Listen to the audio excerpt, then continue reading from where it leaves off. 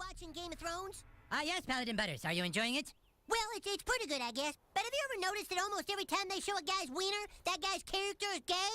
What do you mean? Well, it's just that they have a lot of girls' boobs and vaginas and stuff, but most times they show a man's wiener, it's because that guy's in a love scene with another guy. You think it's because gay wieners are less threatening to women viewers? I believe you might be missing the greater point of the show, Paladin Butters. Yeah, I know. Winter is coming and there's dragons and zombies on the way. I'm pretty excited for that. Just could do with a little less gay wieners, all. We killed that. You will bow down before me! Right up in the crotch, man.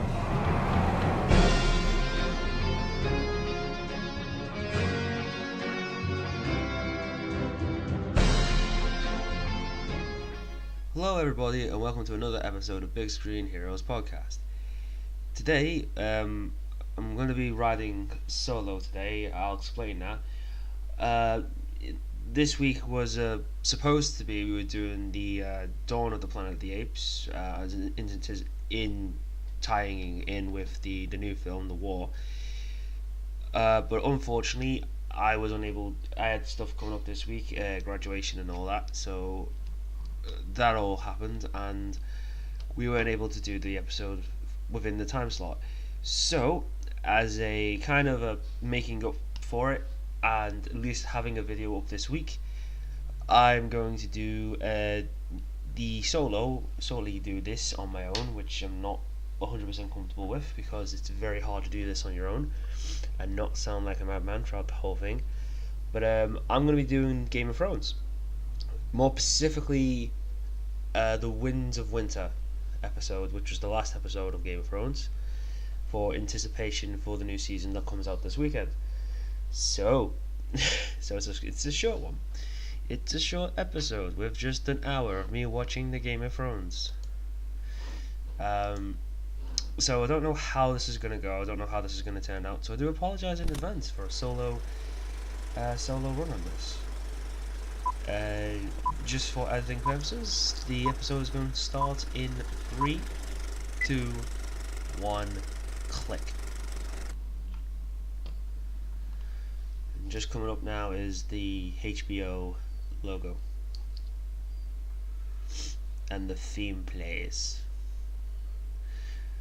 I'm probably going to edit. Obviously, you can't hear the episode being played. I'm hoping you can't do it with the audio, because I'm on my PC for this one.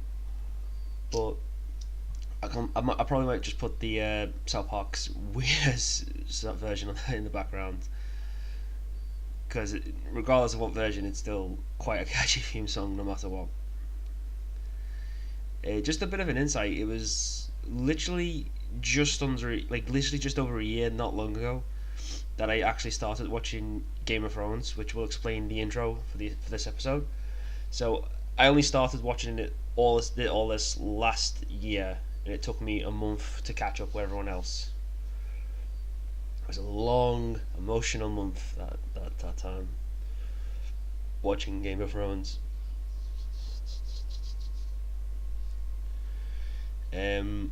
Favorite character so far, still alive, is Sam Tarly, which I'm kind of glad at this minute.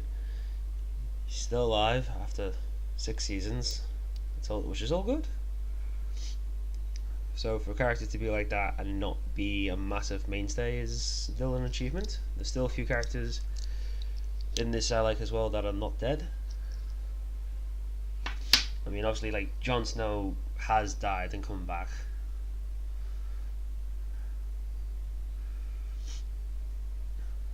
So to give a recap, this is the episode after the Battle of the Bastards. The Starks have just taken back Winterfell, and as we're about to go into the main episode. Oh yeah, this is like the coolest build up to any like the best start to any episode. I think Cersei Lannister with the short hair works a lot better. It makes it more of a. I mean, with the long hair, she still came off as more of a like a daddy's girl type thing. But with the short hair, they're giving her more like confidence and power. I think the image wise, it's done very well. I hate this priest.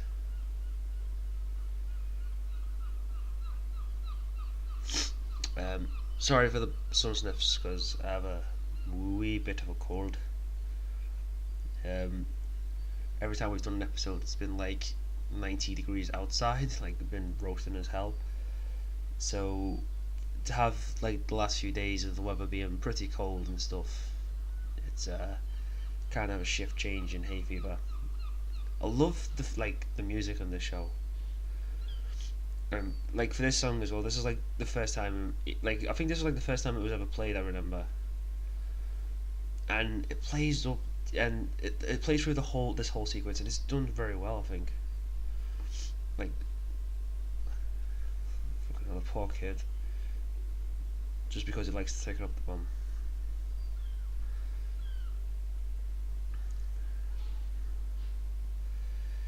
It's mad the way they made like a religious cult, like the villains in this. I gather you kind of needed things to fill out before we get to the main events in like the next 2 seasons, but it was dead weird to have like this dead strict cult religious of the Seven playing out like this. It was dead weird. Like at first they seemed to be dead nice, and then it just turns horribly south. Like don't get it wrong. They made the current villain, arguably the villains of the show, pay for what they've kind of done and stuff like that. It was their upcomings, but it got to the point where it got real fucking brutal with the upcomings, and you kind of felt sorry for like the Lannisters.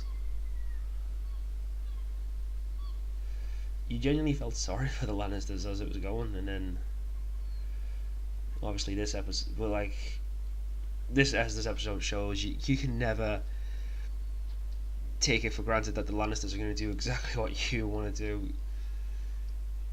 You know, they never got to this position of power just by complying with the rules. They've literally clawed and scratched their way to the top.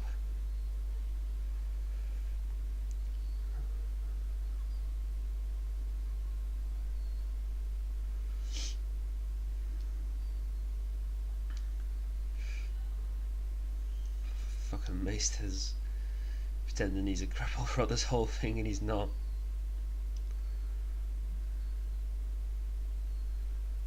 I was made up when this fucking prick died as well, when the Maester in Lannister. I think he was just like a evil, like seedy bastard throughout the whole thing. So like I was made up a few characters died during this season because it'd been a long time coming for a lot of them.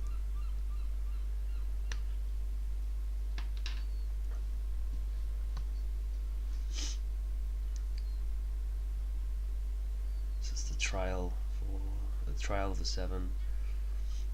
Obviously, to make a point, trial by combat had been abolished at this point.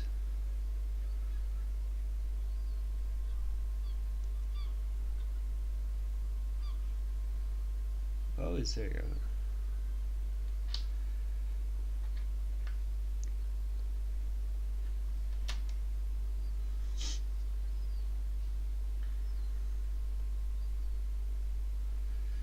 I do apologize for it being a bit quiet. I'm kind of like watching, like intrigued with the episode at the same time.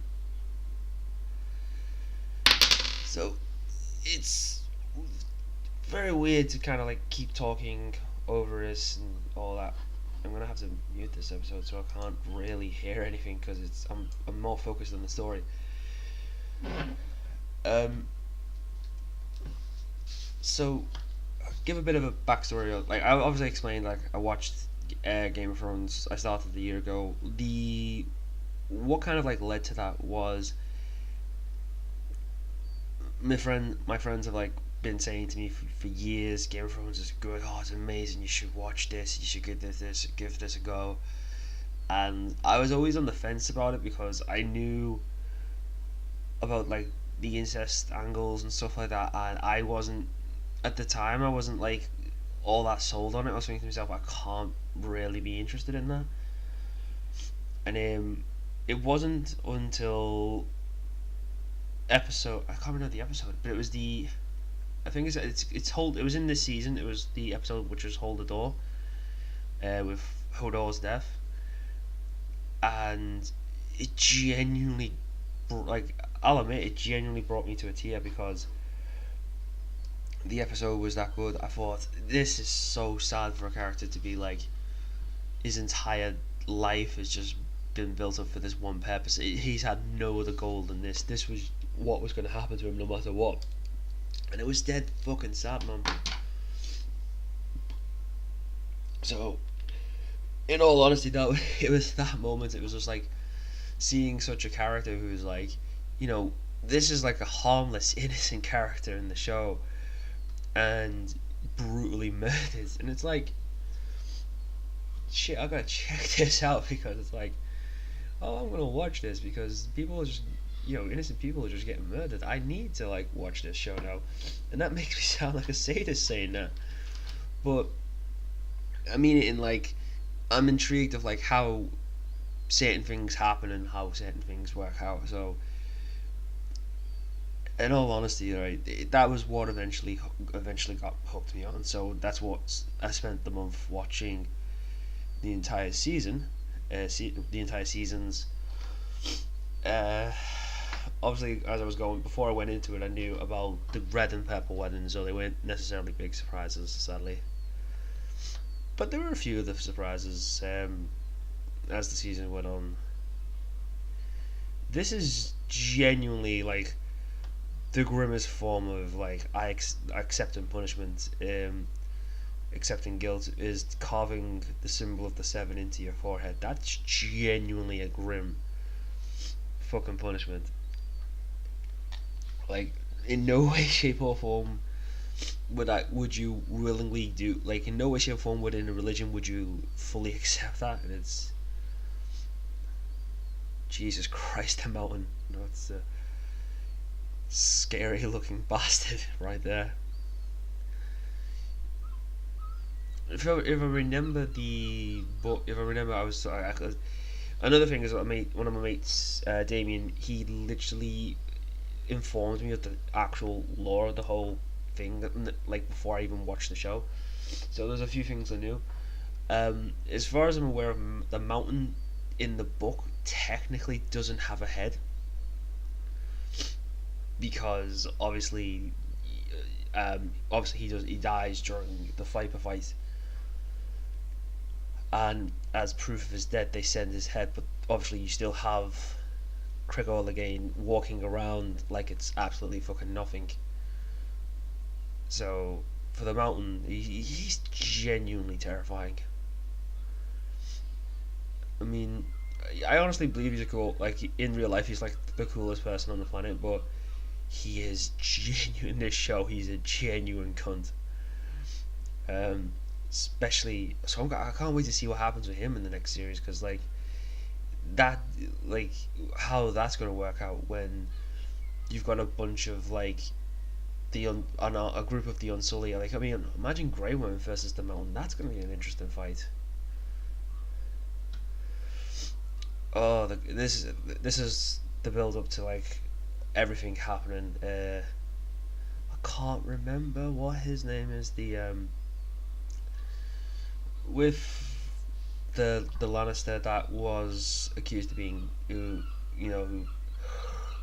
kind of like the weird Lannister. He was like the nephew, the one who kind of responsible for poisoning Robert. Yeah, he's like, it was made up he was dying because in this he became a cunt in this season. The Grand Maester's death is so fucking satisfying in this show. For a slime, like, he was the slimiest character in the show, and I'm made up he's dead now. I think besides him, like, Ramsay Bolton was the next, for me, Ramsay Bolton was the next best cunt to hate. So this guy, for the Grand Maester, for him to die, that was genuinely like a plus for me. I was really made up about that.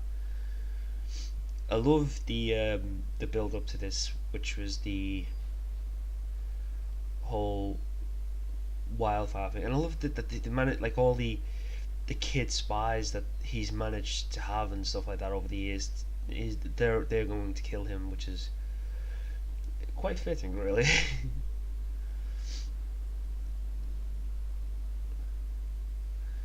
I do apologise on naming of characters because it's genuinely been a year since it's not been a year, it's been like a while since I've actually watched the show, so I can't remember any of the side characters of their names, which kind of disappoints me a little bit in doing this review or doing this podcast commentary, really. I hope it's going well, by the way. I hope people are still sticking around listening to a solo performance here.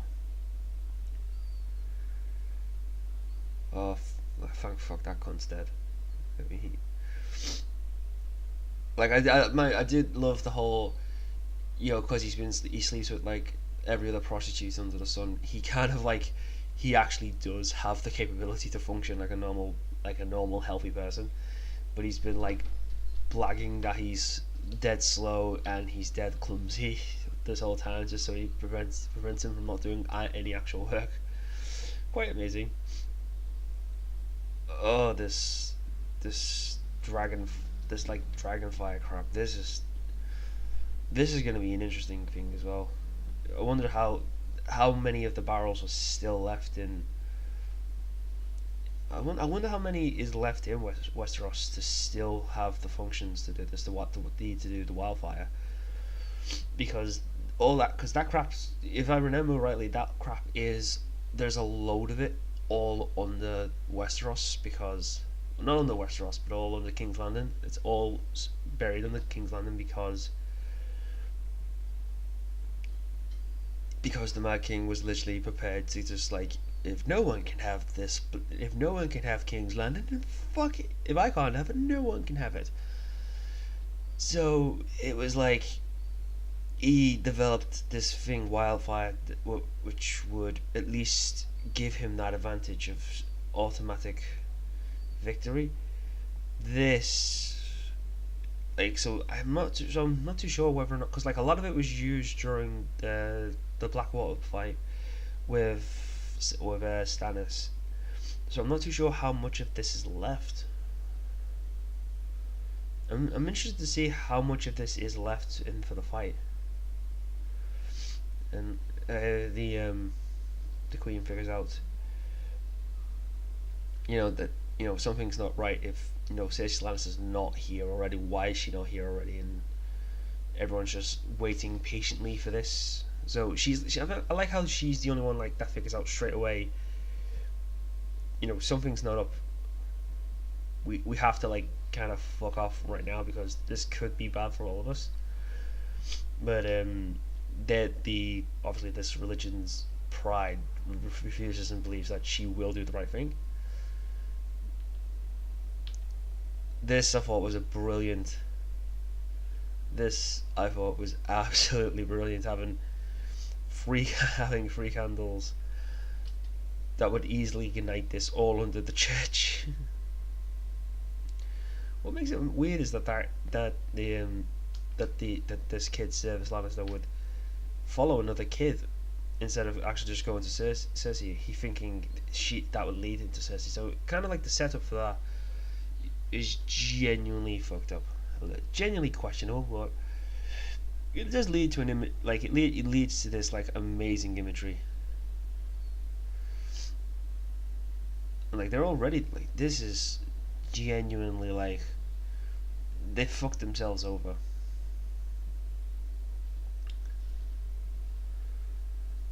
It's a mass panic. Everyone wants to get out right now. I'm happy that a few characters died in this next few moments. The Tyrells, they just get like completely annihilated in this. It's only the grandmother that's left at the end of this. And to be fair, I like the grandmother character. She's like a real cool character. She gives no shits about anything. She's like the only person who willingly play against Cersei. Jesus Christ. That wildfire is a killer. Genuinely a killing blow. everyone who's within the area dead, and this dude now hit by the belly just got brutally slaughtered. And Cersei Lannister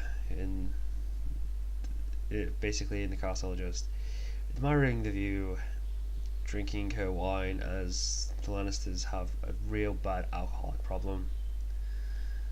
To be fair, it's only a problem if you stop drinking. I do not encourage alcoholism in any way, shape, or form. This poor kid. Brothers, his parents are. His mother's evil as fuck. His brother was evil as fuck, and his wife just died in a mass church explosion. Oh, this is the nun. She this what happens to her is fucking grim as well. But to be fair, I don't blame Cersei for what she's doing. But Jesus Christ, this turned grim for her very fast.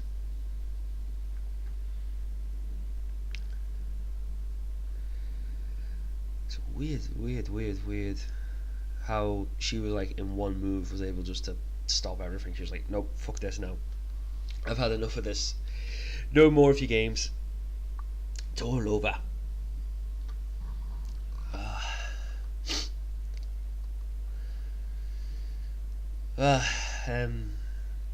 Genuinely looking forward to season 7. It's a shame it's only so many episodes in it, because obviously we're past the point of the books now. We're going off source material we've not necessarily got now to work with, so it's kind of it's sad in its own right.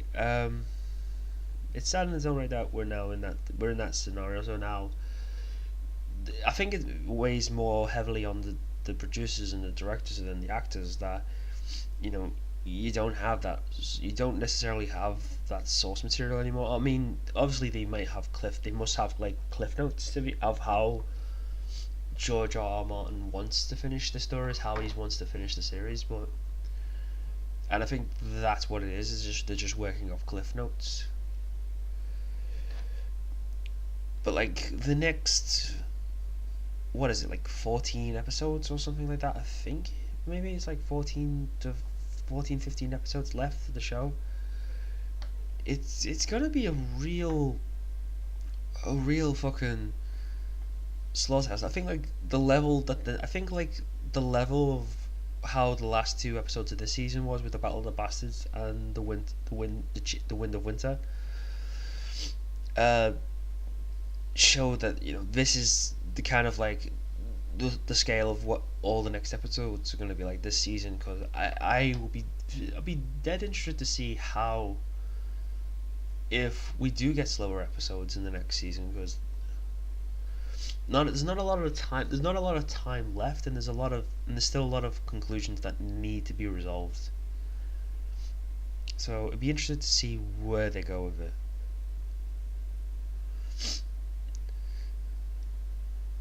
That moment when she says that the mountain's your god now, that's a line.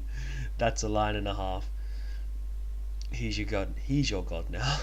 That is grim. He's taking hell. Oh, yeah. He's fucking terrible. That's terrifying. Genuinely, it's a fucking grim reality of what's going to happen to this character, and there's like genuinely fuck all she can do about it.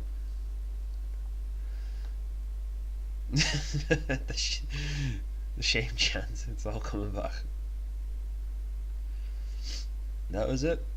We haven't, and I don't know if we'll ever see that character again in the next season. I think is Thomas Lannister. I think this is the name of the kid.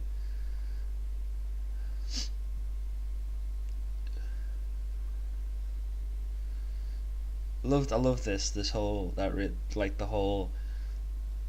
realization of like the church has just been destroyed, his wife is dead.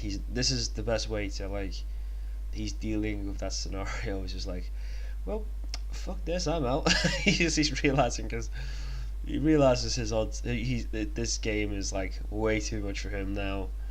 Fuck this crap. I'm not gonna do it anymore. I think in the show he's like the longest reigning king. I want to say, because Robert's king in the show. He's like Robert was king in the first season up until in the final one. Oh, this prick!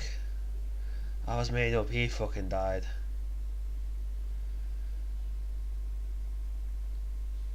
Oh, Walter Frey.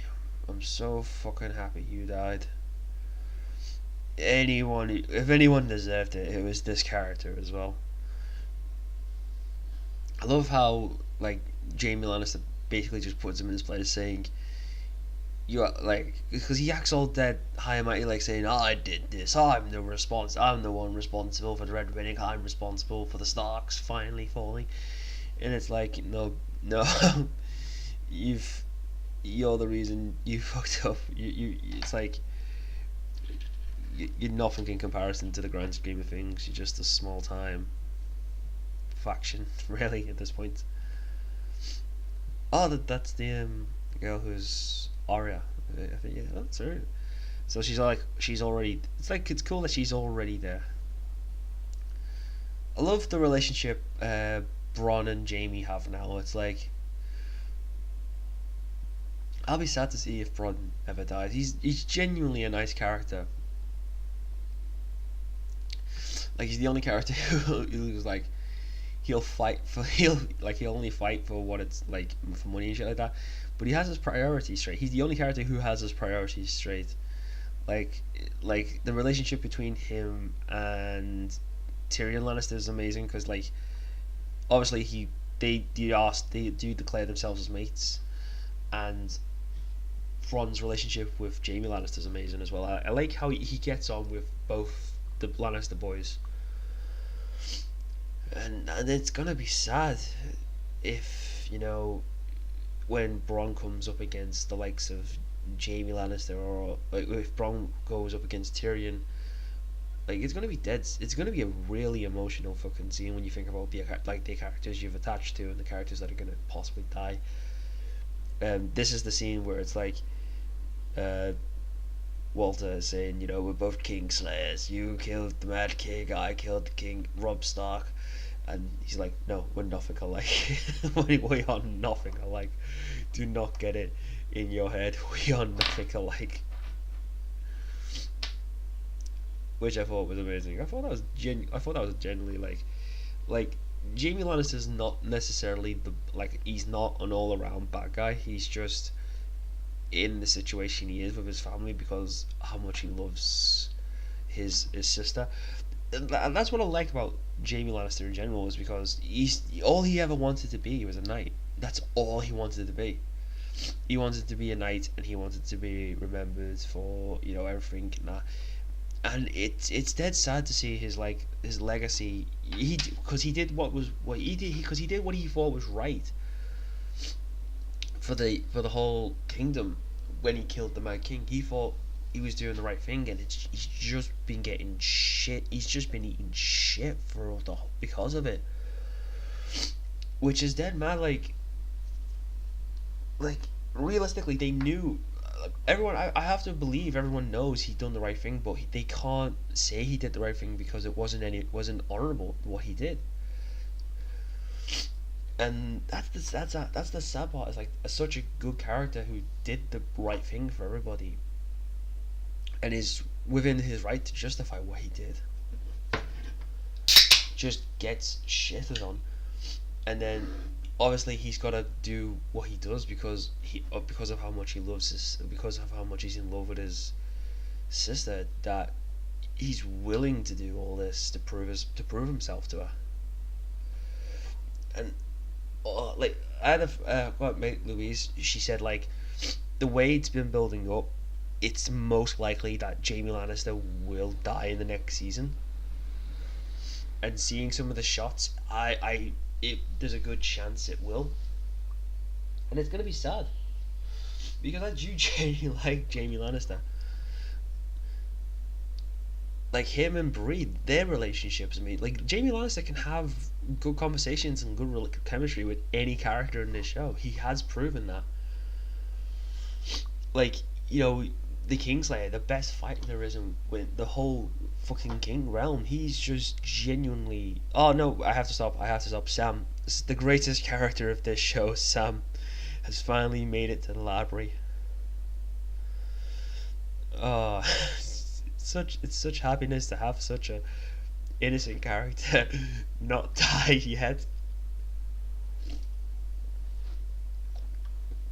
And he's not going to die either, because he's such a fucking cool character. I like how he is going to become a maester to try and figure out a way to kill the White Walkers. Because that's essentially what he's doing. He's trying to find a way to kill them in order to, help Jon, essentially help his best friend. So he's coming to become a maester of the Black Castle Black at the Wall.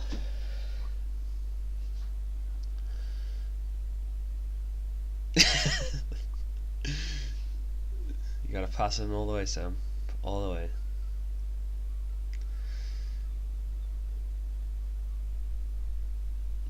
I generally do like of all the characters I like, Sam's my favourite. He's just like for a character that's like living in this world with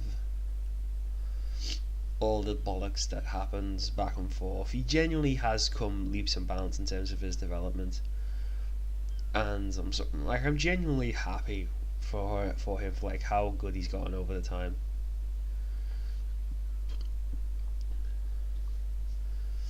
Now he is. Hopefully he becomes a maester. Hopefully he eventually becomes the maester for Jon Snow and all like that. Do I see Sam dying? No. I don't. Regardless of what people think, no, Sam's not going to die. He's in the library. It's the safest place in the world. He's not going to die. He's going to learn to become a maester. He's going to do all things. He's going to be great.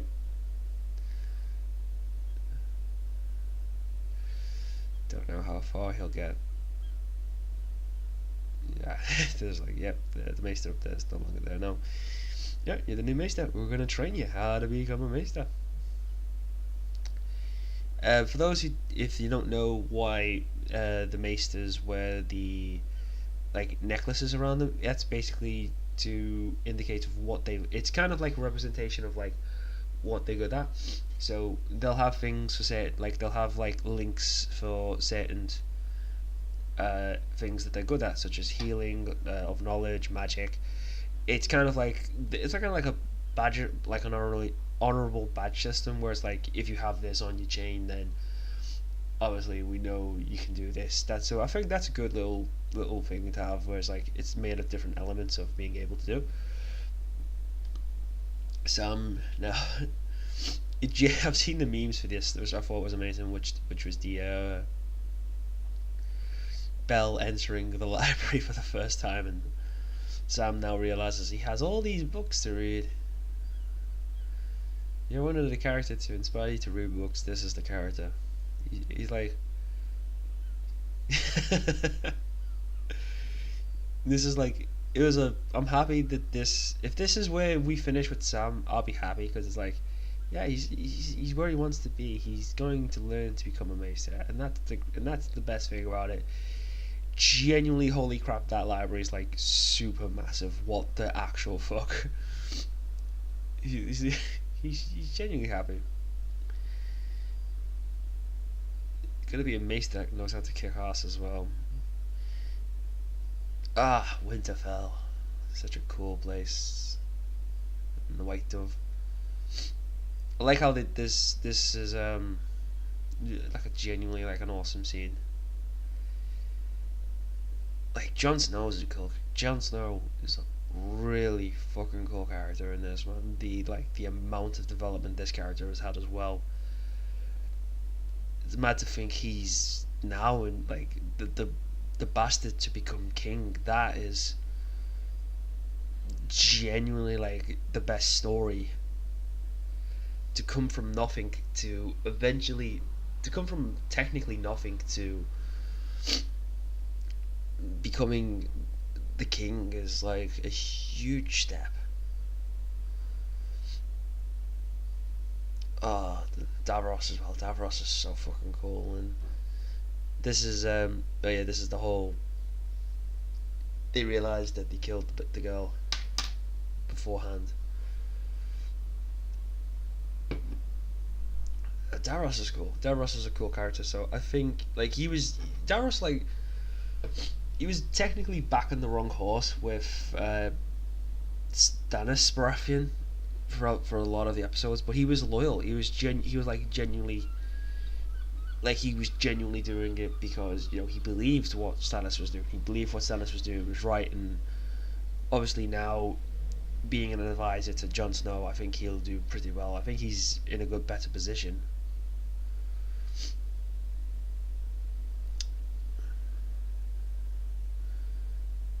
The Onion Knight, the man who couldn't read, now knows how to.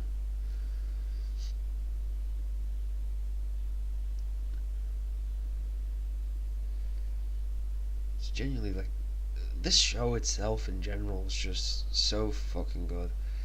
I genuinely can't not think of ways to praise this show more and more. I'm trying to think of a bad episode. Has there ever been a bad episode for this for me? And I can't think. Genuinely, if there's one.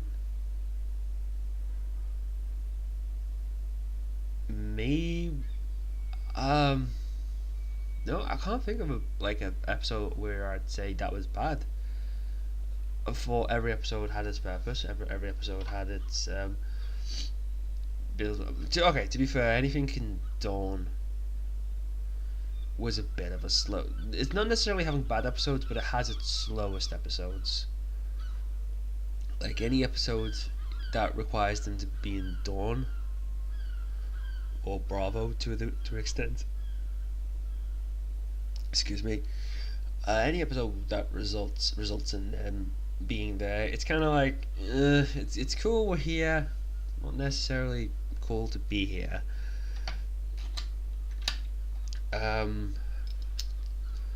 Because it was kind of like for a long time, I think since after the Purple Wedding, we've kind of needed filler to fill the time up until what we're essentially getting to now, which is good, which is fair enough, but the amount of shit we've had to go through to get here is quite astonishing, really.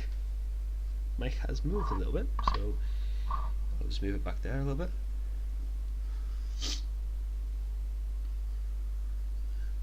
It's Jon Snow, man. He's still cool. If I'm right, this was this episode which had the fan theory confirmed of L plus R equals J, which I thought was cool. I like that was the initial. I remember, I like how I'm gonna plug game theory here a little bit because that was where I found out the only reason they were allowed to make the show was George Martin said to them, what was who's Jon Snow's mother, and they were able to answer. I was like, all right, we have a show now. So that was cool. And leading up to the callback of the episode,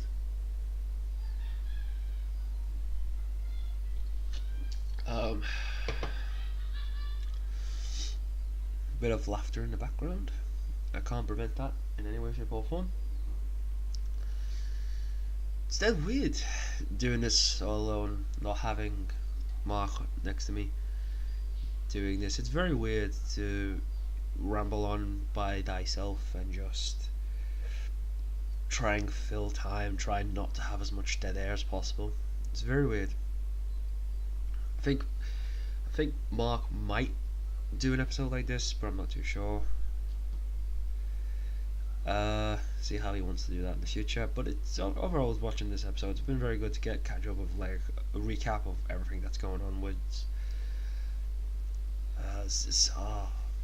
The I can't wait to see what happens. I really can't.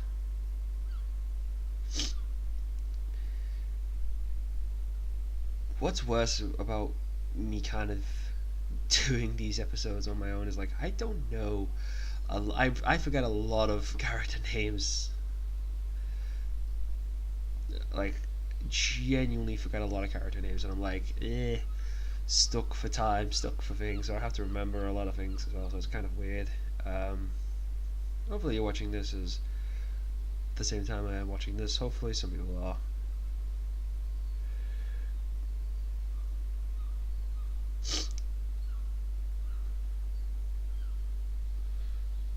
I love that actual. I like how both of them are not like trying. I like how that's like. They both knew where we were going with that.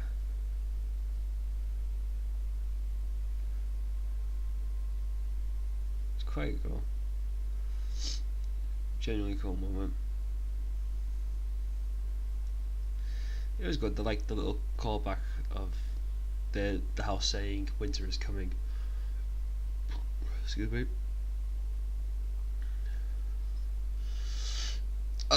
We're in Dawn again.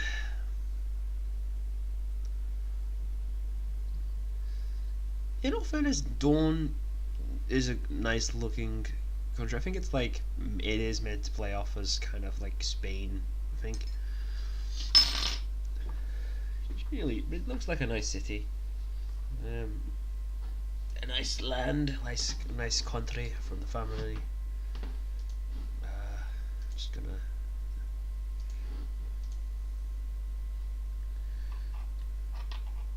Genuinely, like I said, I like the grandmother character in this show. She's very good. I think this is like them kind of like explaining, oh yeah, we can work together as a team. Yeah, we can. We have to stop. We have to work together to stop the Lannisters. And it's very good, very good.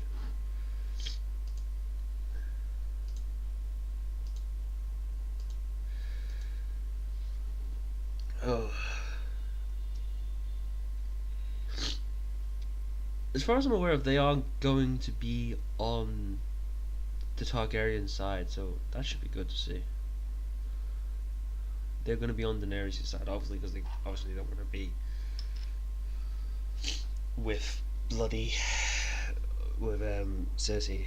Do they? They want to be with at least on the side that's going to win with the dragons, hopefully. I do apologise because I'm not all that good on the spot with thinking of names, and there are a bunch of characters who I'm genuinely pissed off that I cannot, for the love of me, remember.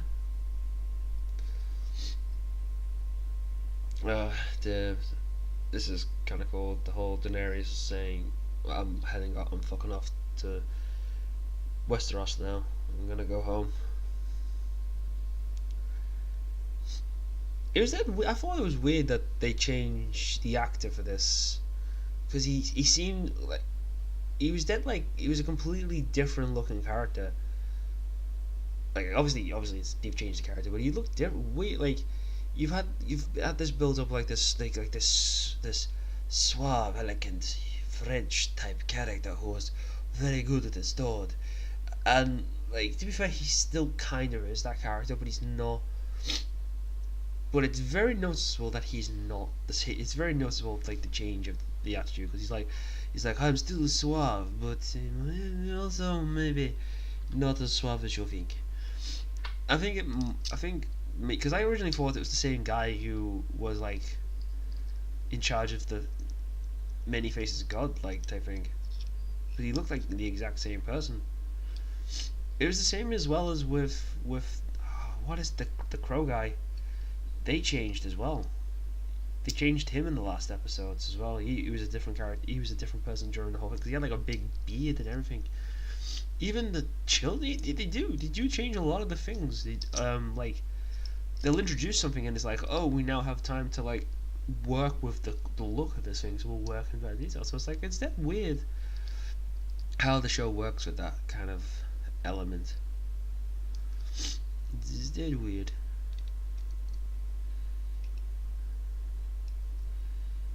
I can't get over Daenerys' eyebrows.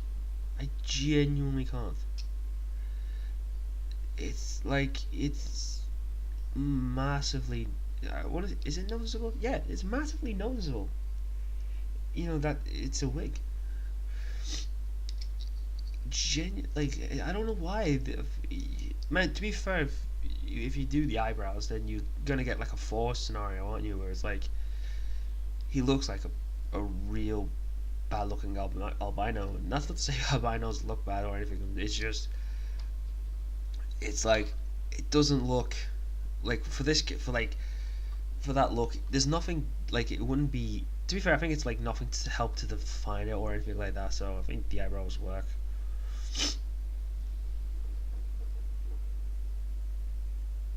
In the book, she's bald. I was told.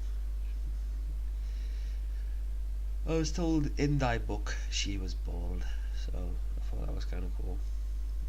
But she's not bald in this one because God forbid the actress, shave her head or wear a skull cap. But yeah, there you go. What you gonna do? I feel like I'm nitpicking a little bit. I'm not like. To be fair, I am, because I feel like I have to. It's my way of trying to fill this empty void right now of silence.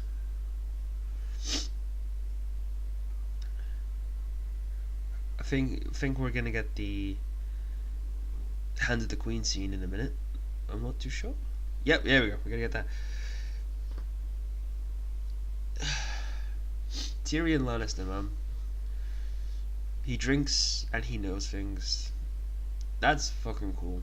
I like Tyrion Lannister. I've always liked Tyrion. Like him and Jaime, they genuinely like him and Jaime, like the only decent Lannisters in their whole family. Like they're the only decent ones, whereas Cersei and Tyrell have proven that they are quite pricks when they want to be, or proven pricks when they want to be.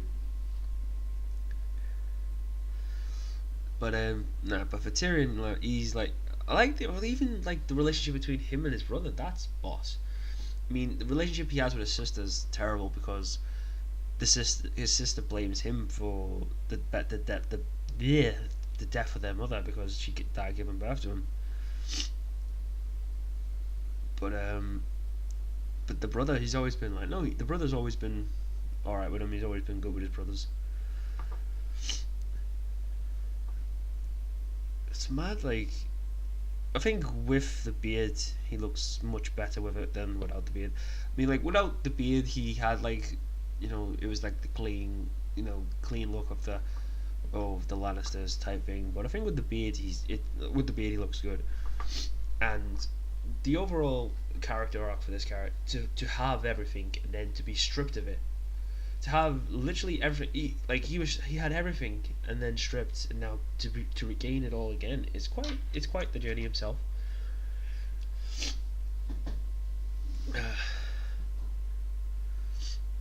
It was hard, man. When he was Hand of the King, he genuinely, like, it was mad to think that this character saved the entirety of King's Landing, and then was, he's the reason they survived at all, and with no military background. He just used what he had, and still won a war, and he saved an entire kingdom, and then to be completely disowned and disregarded for anything. That's a huge kick in the dick for such a nice and genuinely cool character.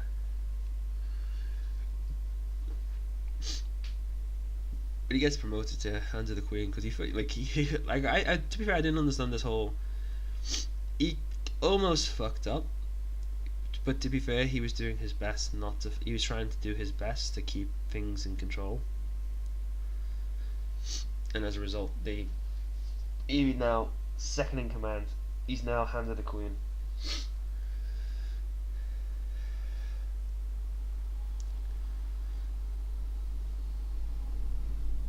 I like how she actually went and said like she made the replica of it, and you can see the emotion he has. Is like he's finally back in a position where he truly fits.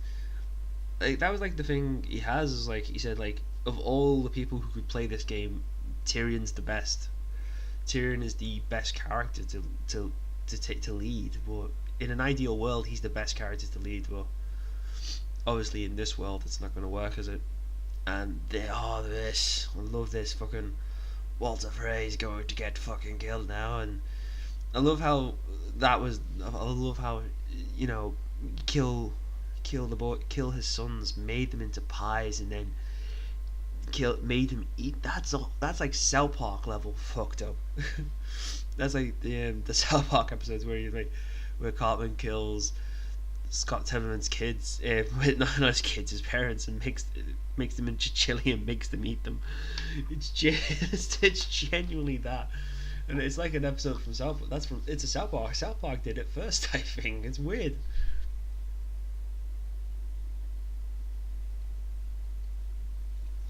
Drinking my drink. Excuse me. Oh, this is like, that's grim. Not gonna lie, kind of put me off pies for a while.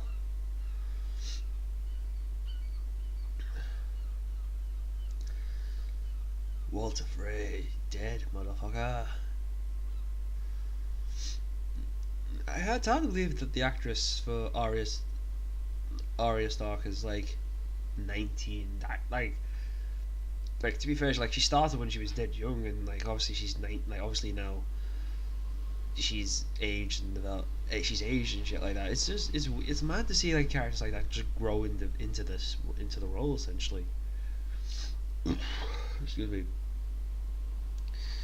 Like both her and Sansa, and like with Sansa, she's like developed as well in terms of her story arc. I mean, like, granted, she's had a lot of bad time, and like it's surprising she hasn't turned in the way of Cersei yet. But she out of all Starks, I reckon she could.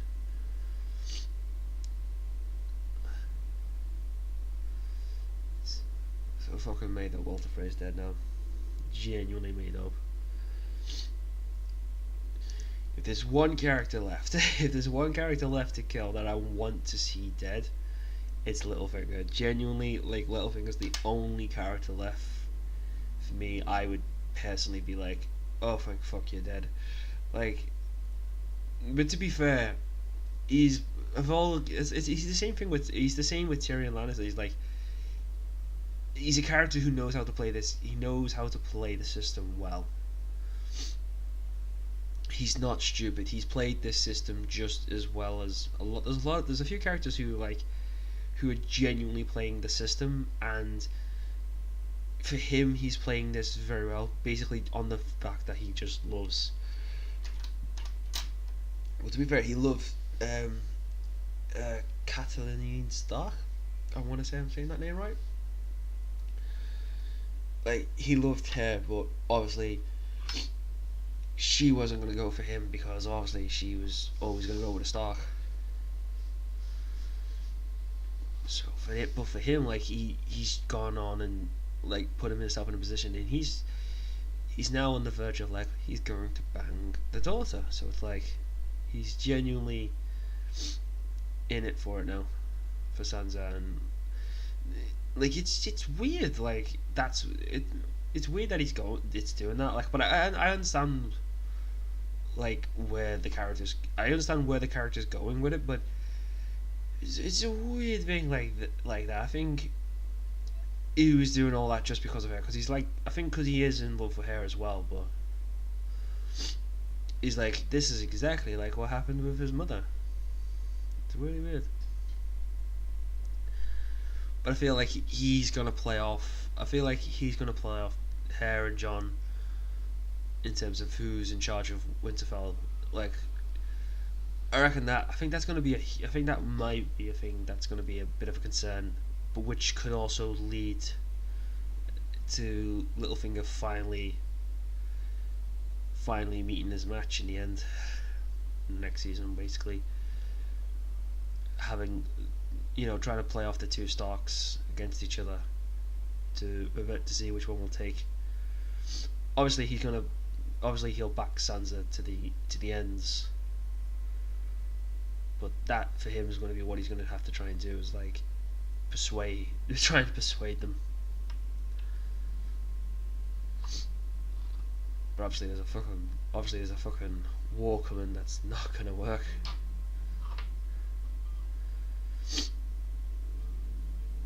If I'm right, this is supposed to be the character Cold Hand.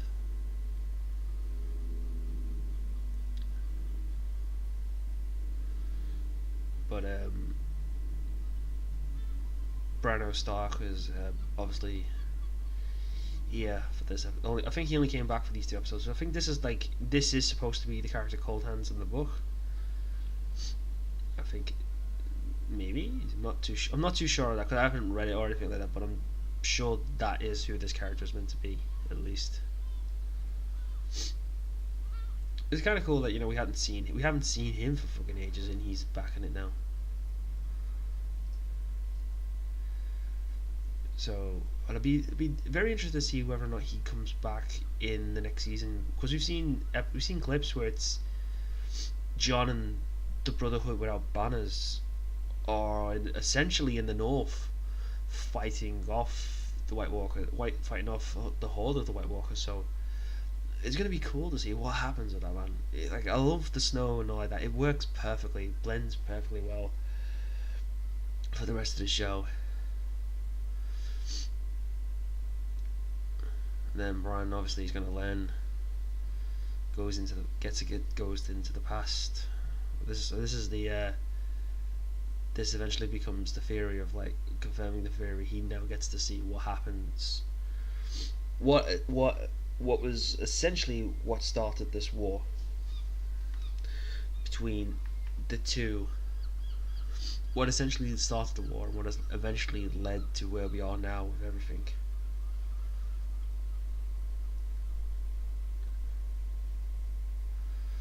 And I do like that. All of these events do spare him off from that tournament, which would literally did lead to this very moment, and where what with him. Oh fuck! What's her name? There's a lot of people shouting at me now. I'm not gonna say names because I can't think of it. If I get it wrong, I'm gonna be fucking stupid.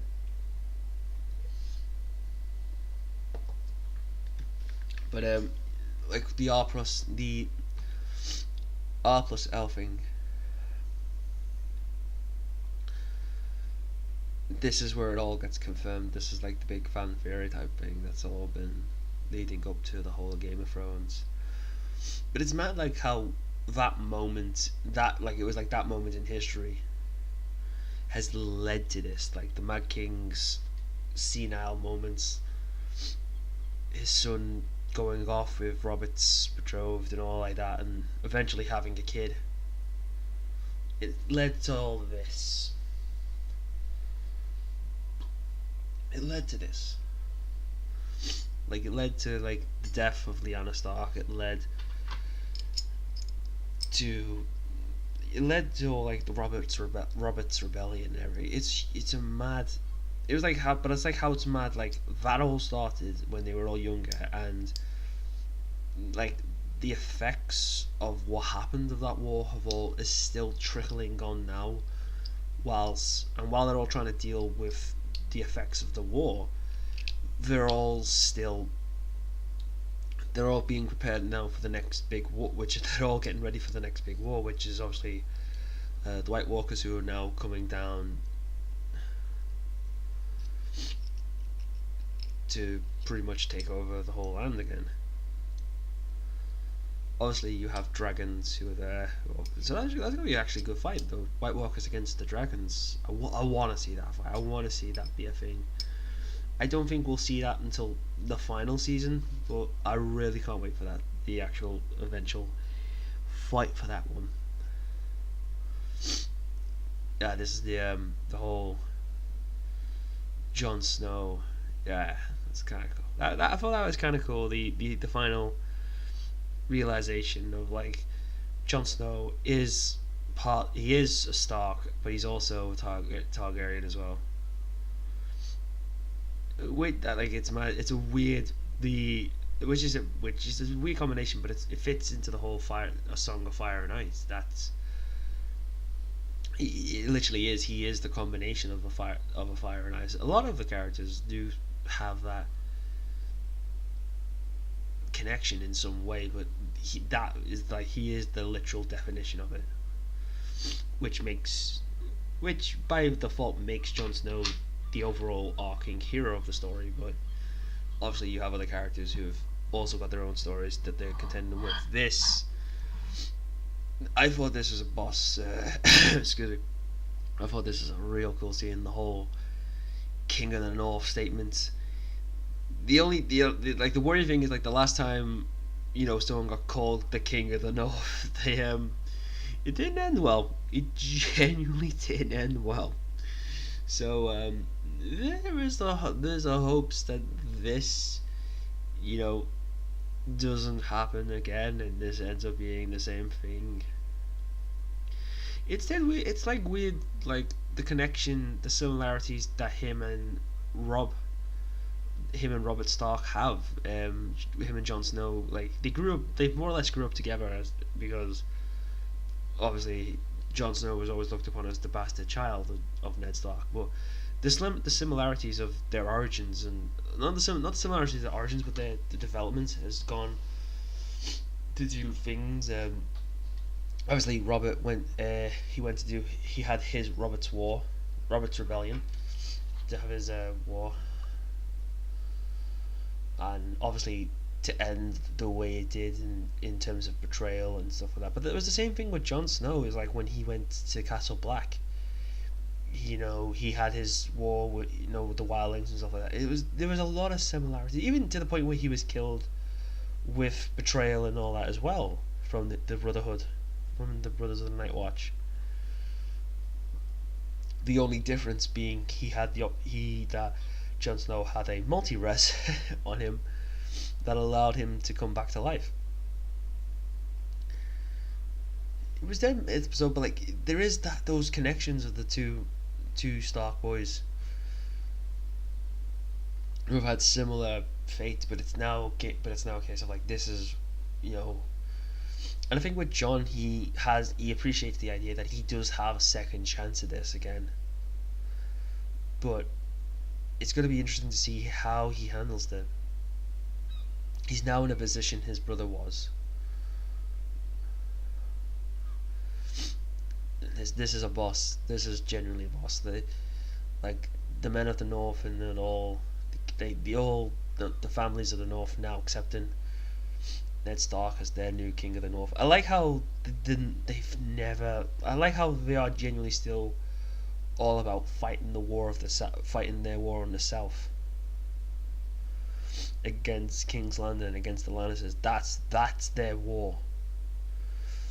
But Jon's not focused about who's on the Iron Throne, but more about surviving the upcoming winter. Essentially, he knows, that's a problem. That's still a problem.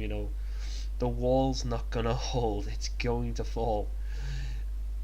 I love this. The whole King of the North, the shoutings of the King of the North. Genuinely, it's a boss. It's a boss visual. It's a boss imagery and stuff like that. This is awesome, and like there's that moment of like the bastard who became king. It's a boss. That's a boss. It's a boss story, and it's gonna be mad how we go from here. The dragon raised by wolves. Like even Sansa's like, she's happy for Jon, but at the same time, like that like it's like, this could have been you. You could have been in charge. Oh, and this is when Jaime and Bronn have returned back from the twins, and they now see what the fuck's happened. over in King's Landing as well. And it's like, yeah, things did happen while you were away, buddy.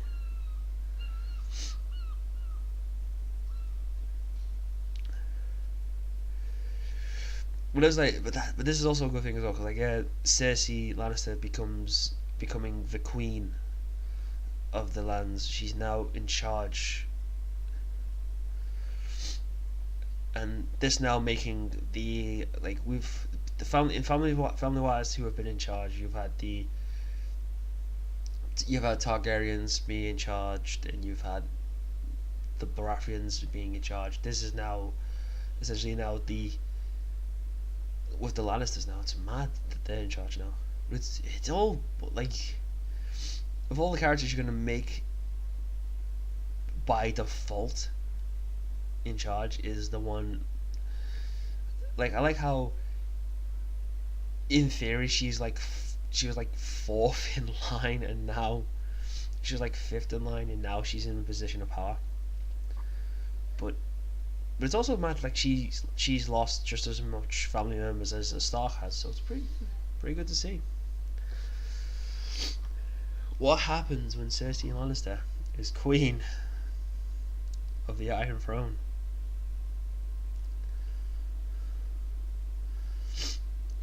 It's going to be an interesting one. You can see all on the faces, they're like, we're fucked. We purposely, tried to insult this woman. She's now queen. And that's about another thing as well. Like, to come from your lowest point in the last season to now being the queen. It's a lot of characters got rewarded this season, and like, a lot of boxes had to be checked to have certain characters in certain positions. Like, even Jaime's even he's like, well, fuck me. This is a such awkward situation now. The Lannisters are now in charge of the Seven, and nearly nearing the finish now, with the Greyjoys and the Targaryens all sailing together.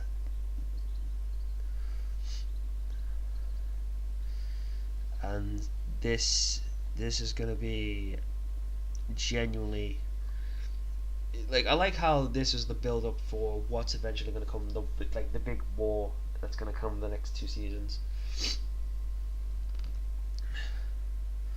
Daenerys finally has a boat. She has a boat. She has an army. She set out to do what her brother set out to do in the first season. Is now finally all coming together in eventually the whole. You can even see the Maureen boats and the turret, like, they're all fucking, like, it's 3 families going to come to war.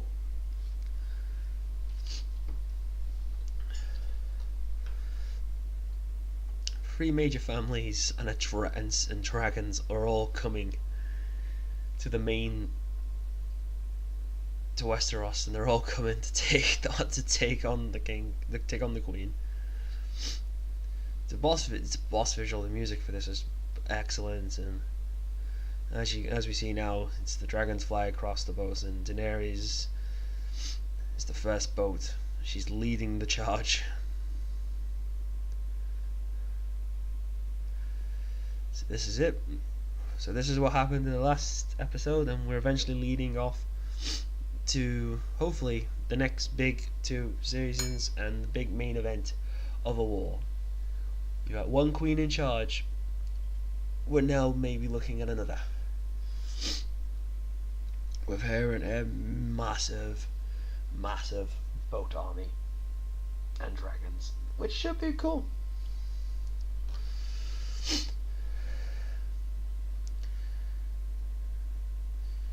And there we go. That's the end of the credits.